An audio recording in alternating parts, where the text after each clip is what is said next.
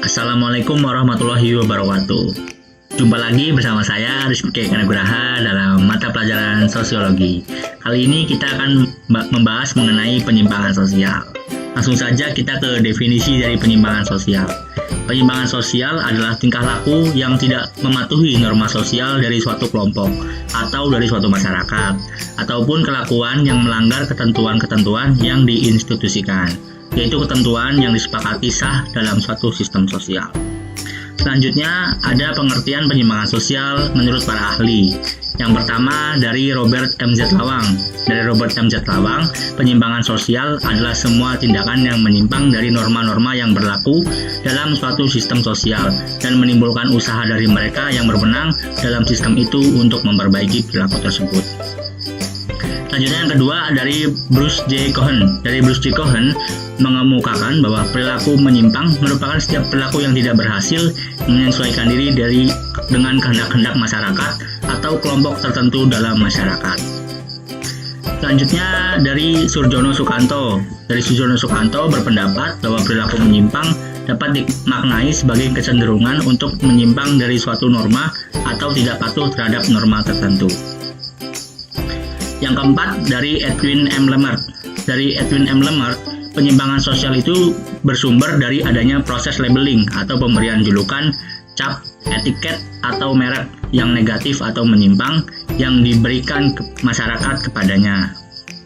Selanjutnya, menurut Gilin itu penyimpangan sosial adalah perilaku yang menyimpang dari norma dan nilai sosial keluarga dan masyarakat yang menjadi penyebab memudarnya ikatan atau solidaritas kelompok. Selanjutnya ada menurut Becker. Menurut Becker itu penyimpangan sosial bukanlah kualitas yang dilakukan orang, melainkan konsekuensi diri dari adanya suatu peraturan dan penerapan sanksi yang dilakukan oleh orang lain terhadap pelaku tindakan tersebut. Selanjutnya yang terakhir ada dari Lewis Kosser. Dari Lewis Kosser, penyimpangan sosial adalah salah satu cara untuk menyesuaikan kebudayaan dengan perubahan sosial. Yang selanjutnya kita membahas mengenai jenis-jenis dari penyimpangan sosial. Penyimpangan sosial dibagi menjadi dua jenis, yaitu penyimpangan primer dan juga penyimpangan sekunder. Yang pertama, penyimpangan primer. Penyimpangan primer adalah penyimpangan yang masih bisa diterima dan ditoleransi oleh masyarakat. Misalnya seseorang siswa yang datang terlambat ke sekolah. Dalam beberapa kasus, orang yang melakukan penyimpangan primer tidak menyadari perilaku yang dia lakukan itu menyimpang. Selanjutnya ada jenis penyimpangan sekunder. Penyimpangan sekunder itu kebalikan dari penyimpangan primer. Masyarakat tidak menginginkan dan tidak dapat menerima adanya penyimpangan sekunder sama sekali. Penyimpangan sekunder merupakan penyimpangan yang biasanya mengarah pada tindakan kriminal seperti perampokan, korupsi, maupun pelecehan seksual. Penyimpangan sekunder umumnya telah dilakukan berkali-kali oleh pelakunya. Selanjutnya kita ke bentuk-bentuk penyimpangan sosial. Bentuk-bentuk penyimpangan sosial yang pertama ada kejahatan. Kejahatan juga ada berbagai macam. Ada kejahatan white collar crime atau kejahatan kerah putih. Terus juga ada organized crime, yaitu kejahatan terorganisasi. Selanjutnya juga ada kejahatan pemerintah, juga ada victimless crime atau kejahatan tanpa korban. Lalu juga ada cybercrime, kejahatan di dunia maya, dan juga corporate crime atau kejahatan korporat. Yang kedua, bentuk penyimpangan sosial ada juga penyimpangan seksual seperti perzinahan, homoseksual, lesbianisme, kumpul kebo, dan juga pemerkosaan. Lalu juga ada bentuk pemakaian narkoba, yaitu narkotika, ganja, sabu, putau, psikoterapi, ekstasi, amfetamin, dan juga kecanduan alkohol, penyimpangan gaya hidup, dan juga aroganisme. Itu merupakan bentuk-bentuk dari penyimpangan sosial. Selanjutnya kita ke teori-teori penyimpangan sosial. Yang pertama ada teori differential association. Menurut Edwin A. Sunderland, penyimpangan bersumber pada asosiasi yang berbeda diperoleh melalui proses alih budaya di mana seseorang akan mempelajari kebudayaan menyimpang dari orang lain. Selanjutnya ada teori labeling menurut Edwin M. Lemert. Penyimpangan bermula dari julukan label yang diberikan masyarakat terhadap pelaku. Penyimpangan sekunder yang terjadi sebagai tanggapan pelaku terhadap label yang diberikan. Selanjutnya ada teori Merton menurut Robert K. Merton. Menurut Robert Merton, penyimpangan terjadi sebagai bentuk adaptasi terhadap struktur sosial yang ada. Selanjutnya ada dari Durkheim yang teorinya disebut dengan teori fungsi, yaitu penyimpangan terjadi karena setiap orang memiliki kesadaran moral yang berbeda. Meski begitu, kejahatan atau penyimpangan diperlukan agar moralitas dan hukum dapat berkembang secara normal. Jadi menurut Durkheim ini, penyimpangan malah diperlukan untuk menjaga moralitas dan hukum dapat berkembang secara normal. Lalu yang terakhir ada teori konflik dari Karl Marx. Dari teori konflik Karl Marx ini, penyimpangan dan kejahatan erat kaitannya dengan perkembangan kapitalisme. Perilaku menyimpang didefinisikan oleh kelompok penguasa untuk melindungi kepentingan mereka sehingga banyak orang miskin terkena hukuman. Selanjutnya kita membahas mengenai faktor-faktor perilaku menyimpang. Yang pertama, menurut James W. van Verdenzenden, ada 3 faktor-faktor yang menyebabkan seseorang melakukan penyimpangan sosial. Yang pertama, dari longgar atau tidaknya nilai dan norma. Semakin longgar suatu nilai dan norma, maka akan semakin mudah seseorang berperilaku menyimpang. Yang kedua, ada faktor sosialisasi yang tidak sempurna, yaitu apabila proses sosialisasi seorang dalam keluarga tidak sempurna, maka ia cenderung akan melakukan tindakan menyimpang. Yang ketiga, ada sosialisasi subkebudayaan menyimpang. Jadi adanya pengaruh subbudaya luar yang berbeda dapat membuat seseorang melakukan penyimpangan terlepas sosialisasi dalam keluarga sudah sempurna.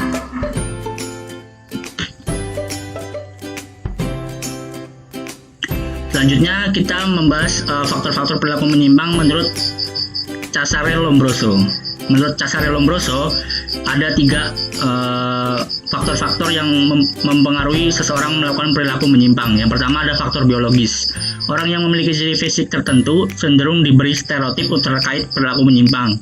Contohnya orang berbadan besar itu adalah tukang pukul. Nah, selanjutnya juga ada faktor psikologis. Faktor psikologis itu orang yang memiliki gangguan psikologis cenderung melakukan tindakan menyimpang. Jadi orang-orang yang mengalami gangguan kejiwaan cenderung melakukan tindakan-tindakan menyimpang yang tidak sesuai dengan nilai dan norma yang disepakati masyarakat. Selanjutnya juga ada faktor sosiologis.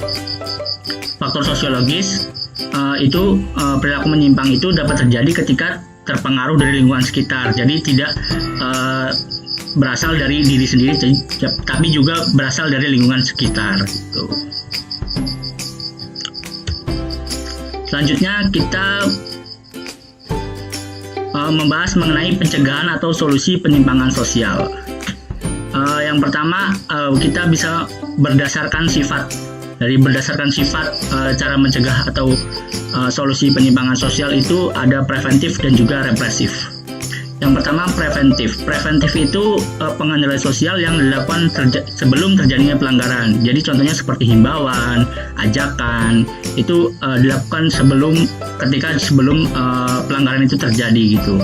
Nah, selanjutnya juga ada represif. Represif itu pengendalian sosial yang dilakukan setelah terjadi pelanggaran sampai keadaan pulih seperti sedia kala. Selanjutnya bisa berdasarkan cara pelaksanaan. Yang pertama ada persuasif. Persuasif itu pengendalian sosial dengan cara ajakan, imbauan atau anjuran. Jadi persuasif itu cara pelaksanaan secara lebih halus gitu. Jadi lebih menggunakan lisan dan juga contoh. Lalu juga ada cara pelaksanaan menggunakan koersif, yaitu pengendalian sosial dengan cara kekerasan, yaitu bisa dengan ancaman, bisa dengan kekerasan seperti fisik, seperti itu. Selanjutnya pencegahan penyimpangan sosial berdasarkan teknik. Ada 2 teknik, yaitu compulsion dan juga pervasion. Compulsion itu pengendalian sosial dengan menciptakan kondisi sedemikian rupa sehingga masyarakat menjadi tenang dan tentram yang pada akhirnya patuh kepada norma sosial. Selanjutnya ada teknik pervasion. Pervasion itu pengendalian sosial dengan mengulang-ulang norma yang ada di masyarakat sehingga masyarakat sadar dan patuh pada norma yang berlaku. Selanjutnya kita berdasarkan bentuk untuk mencegah atau menjadi solusi penyimpangan sosial. Yang pertama ada gosip. Gosip itu berita yang bukan berdasarkan fakta. Seseorang akan lebih berhati-hati karena gosip. Selanjutnya juga ada teguran. Teguran itu kritik yang diberikan langsung kepada orang yang melakukan penyimpangan. Selanjutnya kita juga mengenal adanya hukuman. Hukuman itu bisa menjadi pencegah atau solusi dari penyimpangan sosial, baik hukum perdata atau hukum pidana yang bisa menjerat ke penjara. Selanjutnya ada bentuk agama. Agama itu keyakinan seseorang terhadap Sang Pencipta. Jika melakukan pelanggaran akan mendapatkan dosa lalu masuk neraka. Jadi ketika seseorang diingatkan untuk mengingat agama, maka seseorang mungkin akan berpikir dua kali untuk melakukan tindakan menyimpang. Selanjutnya juga ada pendidikan. Pendidikan baik pendidikan informal ataupun formal bisa melakukan tindakan preventif untuk mencegah adanya penyimpangan sosial.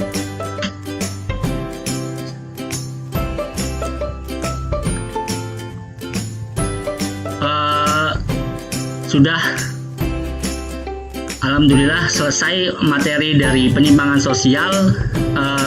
Berikut nama-nama yang rekan-rekan saya yang ikut membuat materi mengenai penyimpangan sosial, sesama-sama guru sosiologi di Jawa Tengah. Ada Firly Arfariski, dan juga Ika Lutfia Nurmawati, ada Muhammad Firman Rizfiandi, ada Nur Alia Rahman, ada saya sendiri dan juga Jurika Della Ramawati. Terima kasih dari saya dan juga teman-teman. Banyak kurangnya mohon maaf, banyak lebihnya datang dari Yang Maha Kuasa. Wassalamualaikum warahmatullahi wabarakatuh.